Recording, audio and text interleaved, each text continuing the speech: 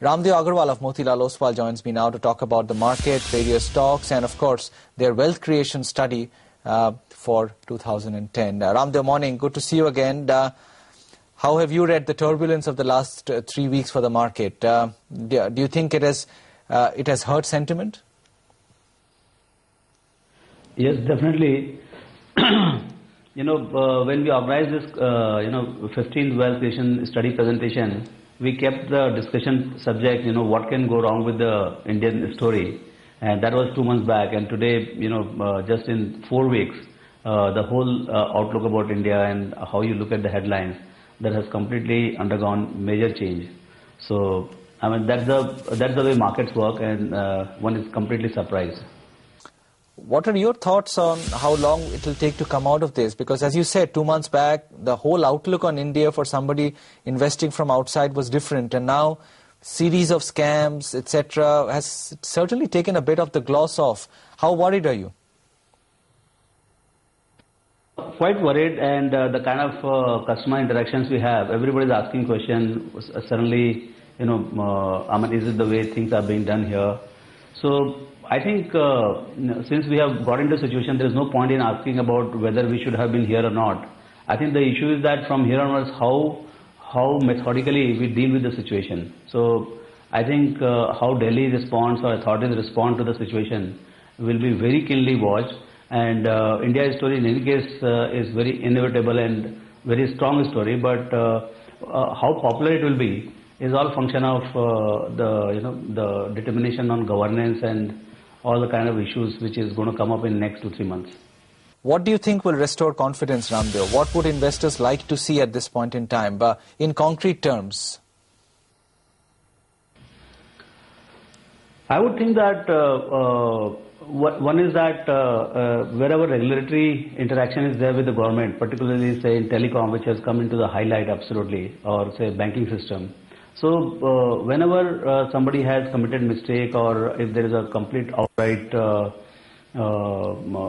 fraud or mischief, I think those crooks or the people who are responsible for it, in a very transparent way, they should be brought before the public. Media is very, very powerful, and it should not be only trial by media, but actually there should be a fitting punishment to them.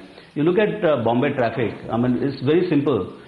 Just because one Havaldar or inspector will be standing, the traffic is absolutely smooth. So I think it's such a large, promising market economy. If we don't set examples for the people not to do this again, I think it will be a big mistake, and in next 5, 6, 7 years, the same people will do multiple times bigger things. And which will be almost impossible to handle. In fact, even now, it has almost become impossible to handle. So there should be political courage to kind of handle the situation. Do you think mid-caps will get hurt more, Ramdeo? Because it's not just at the political level. At the micro level, the news has not been great, and that's pegged back mid-caps and small-caps seriously.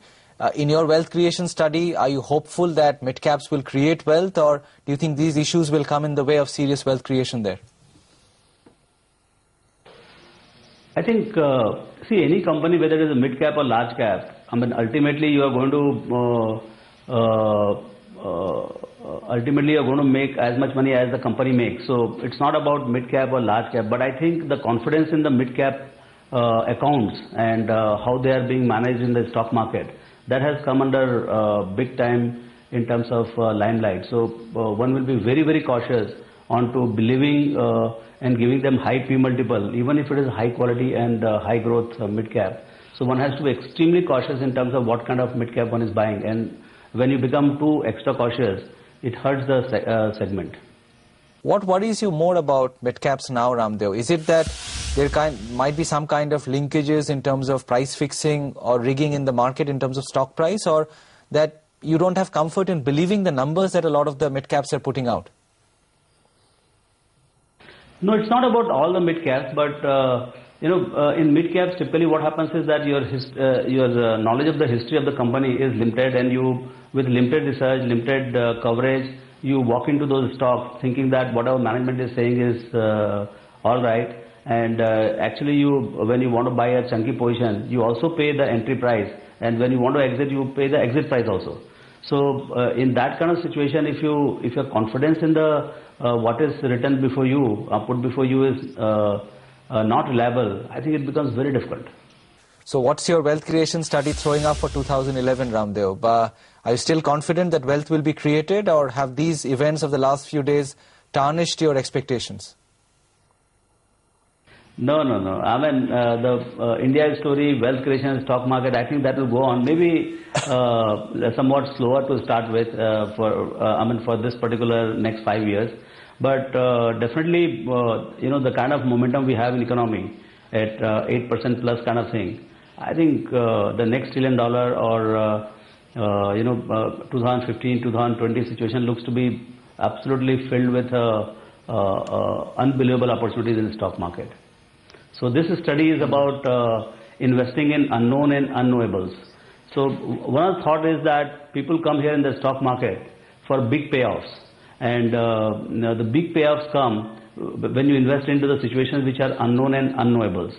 And what is unknown and unknowable is a situation where you have different levels of uncertainty when you invest in the market, and we run away from the situations where uncertain levels are very high.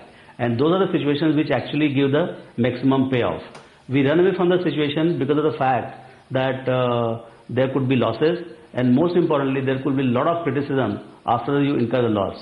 So, there has to be a way to think about these situations. Can you illustrate this point with an example, Ramdev, investing in the unknown? I mean, if you could just take a sector or a stock and just illustrate what you're saying. I'll tell you, the classical example was Infosys in 93-94.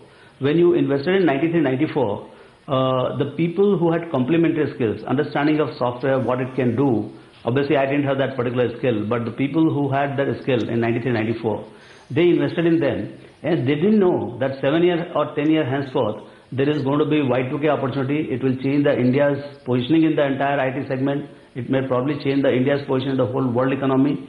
So they didn't know that those kind of payoffs are ahead, and there is going to be a dot-com boom followed by that.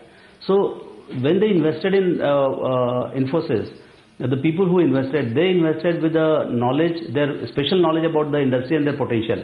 But what turned out was a completely unknown and unknowable situation in 2000. So first they invested with complete new situation. I invested in 97, 98 when the thing was somewhat knowable to me. I mean, little less unknown and unknowable. And the people who invested in complete KK, I mean, known and knowable situation in 2000, I think they got clobbered. So when you invest in 93, 94, you made almost 900 times in 7 to 8 years. So people come for this kind of returns in the stock market. Other situations are Titan at 30, 35 rupees. We know how people have made money in that particular thing. Bharti Airtel in 2003 at 25 rupees, and it went to about 1200 rupees in 4-5 years. So these are all situations which are unknown and unknowable, and the people with the complementary skills, they only encash the situations. So can you think of, those are past examples, Ramdev. If you had to stick your neck out, what can you spot in the unknown right now which can become these multi-baggers in the next 5 years? Yes, I think whether it will pay off multiple times, how many times, and particularly with the stock market, an exponential machine, one doesn't know those kind of situations. But one other thought we have put in the report is about the banking opportunity in India in 2020. Now, the way we are thinking is that in last 10 years, the total savings in the economy was about $2.25 trillion between 2000 and 2010. Between 2011 to 2020, the total savings will be upwards of $12 trillion. And this particular number is very, very large. I mean, almost 5 times bigger. Now, when you have this kind of opportunity, and banking being the first landing point of all the Indian savings, what happens is that banking opportunity explodes in disproportionate size. Yesterday I heard your interview with Mr. Bhatt, and he was kind of sounding that Indian infrastructure for the banks and capital availability for the given opportunity is inadequate at this juncture. But my sense is that he was very modest in what he said. The opportunity is very large. Then the second layer of opportunity is that private sector, capable private sector is going to win over the public sector in terms of value migration of market share from public sector to private sector. And third is this private sector banks are relatively small right now. So the P multiples are not matching with what it could be. So then you'll have a third layer of opportunity in terms of P multiples. So which bank will win in 2020 in this kind of opportunity? So your downside will be limited and upside could be 10 times, 15 times, 20 times for the right kind of bets. So I think that's a one very opportunistic kind of opportunity in banking sector for next 10 years.